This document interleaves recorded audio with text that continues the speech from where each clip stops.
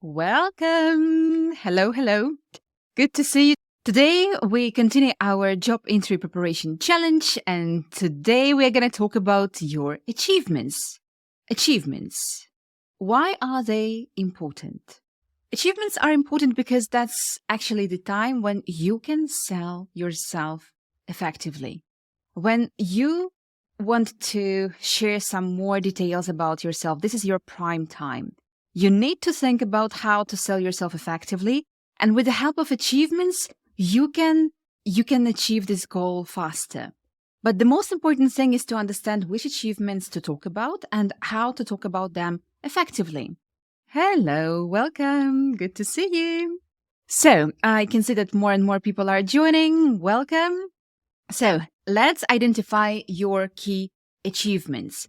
Some people are aware of their key achievements and they understand how to talk about them, whereas others need to deep dive and they need to discover them more. So let's have a look at how to define your achievements and why they are important. So first of all, a job interview is an opportunity for you to sell yourself effectively. If you know your achievements and if you know how to use them effectively on a day, you can see that it can affect the employer. Your potential employer will see how you behaved in this or that situation and how you even picked those achievements, because the achievement should be relevant to the job position that you are applying for. This achievement should be chosen accordingly. You can't talk about your school achievements or student life achievements. It may be the case if it's your entry position, your first job, but when you are applying for the senior position or middle position, then in this case, you need to talk about the achievement preferably from your previous job and your previous working place, or perhaps from your entrepreneurial experience that you had so far. And so that's something what you can apply. One of the commonly asked questions interviews ask is all around the achievements. So that's something what you need to prepare well. It may sound slightly different, but the way you respond, you keep in mind your achievement, you use the structure. In order to be coherent and concise, you need to use the structure. STAR. So STAR is a well-known technique I suggest all my learners and all my clients to use in order to be concise. And since I also work with language a lot, the most important thing is to deliver your ideas in a concise manner. How to do that? If you use STAR approach, you will be able to sell your achievements effectively. Today, let's see how we can identify those achievements. So if you can come up with a couple of those, that's great. I will share with you the worksheet where you can end up with at least 8, and then you can see which of those apply to this or that job description. The question about achievements helps you to showcase your key values. You remember that in our previous session, we were talking about key values and why they are important. But talking about your key values is not the only one thing. So you need to prove them and how you can showcase them with the help of your achievements. What mattered to you at that particular situation? What did you try to protect or what did you try to change? So any particular change correlated with your achievements, with your values. So if you talk about your achievement, you need to see how you can combine your values and achievements in one answer. And so if you see that you struggle thinking about which achievements you have, many people feel quite shy to talk about their achievements. In this case, I suggest answering some particular questions. I prepared them for you. So the first would be, what did you add to the company? So you can recall your previous experience and you can ask, what did you add to the company? What did you help the company save, optimize? What did you add to the company? Maybe you minimized some expenses, for instance, or perhaps you optimized some processes, some work streams. That's something what is considered to be an achievement. It shouldn't be something big, massive.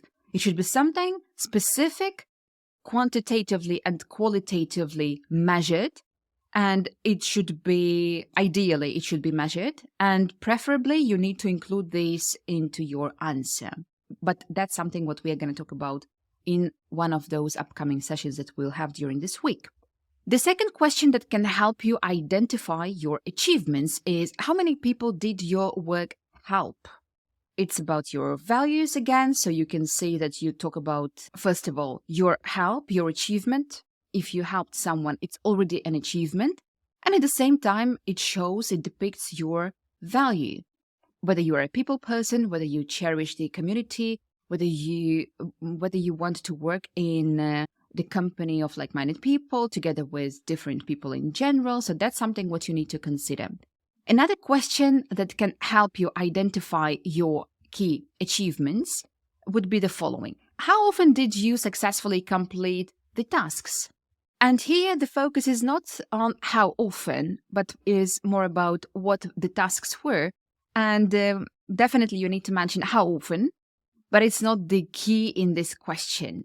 If you answer how often, it shows that you are most likely result-oriented and focused person. You focus on progress, and that's one of your values. So if you want to demonstrate this value in your response while talking about your achievements, then it may be also a good idea to add the number, or let's say how often you do that. So the number of achievements, or how often did you help anyone successfully. It's not only about your previous job position. You can ask your friends, what do they think your key achievements were? And perhaps they remember something about you more clearly than you can immediately end up with.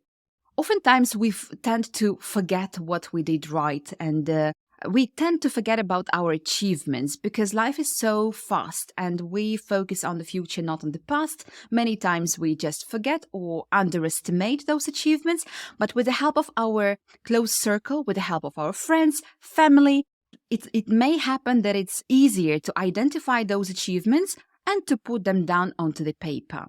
So the task for today's session would be the following. After this session, I would ask you to end up with 8 achievements that relate to different working experience that you had before. Please make it qualitatively and quantitatively measured. And I will provide you with some example right now what it may look like. So let me read it for you. For instance, I saved $3,000 a year in office supplies after negotiating a new deal with the current supplier. A tiny thing, you can see that 3,000 may seem to be a relatively tiny bit. But when you talk about tiny things, small achievements that really matter in the overall picture, it shows that you, first of all, understand what you did. Second of all, you know your value that you bring to the company. You know what your impact is. And you demonstrate that you are interested in the optimization. And in this particular case, in this example you heard from me right now, it was the real showcase of the achievement. A small achievement probably on a team level where the person could save up money and optimize the costs. So right now it's your time to talk about and to think about your achievements. Don't do anything about them, just measure quantitatively and qualitatively. Perhaps you would like to demonstrate within which period of time this achievement was made. And please write them down, not less than 8 achievements. Then later on, when we talk about STAR, this approach that I've partially mentioned today, but didn't tell you what it stands for. Some of you probably know what it stands for, but we'll deep dive into that and how to answer effectively using this approach in the upcoming job interview sessions. Thank you for watching this video. Now it's time to practice and do the assignment. I wish you good luck.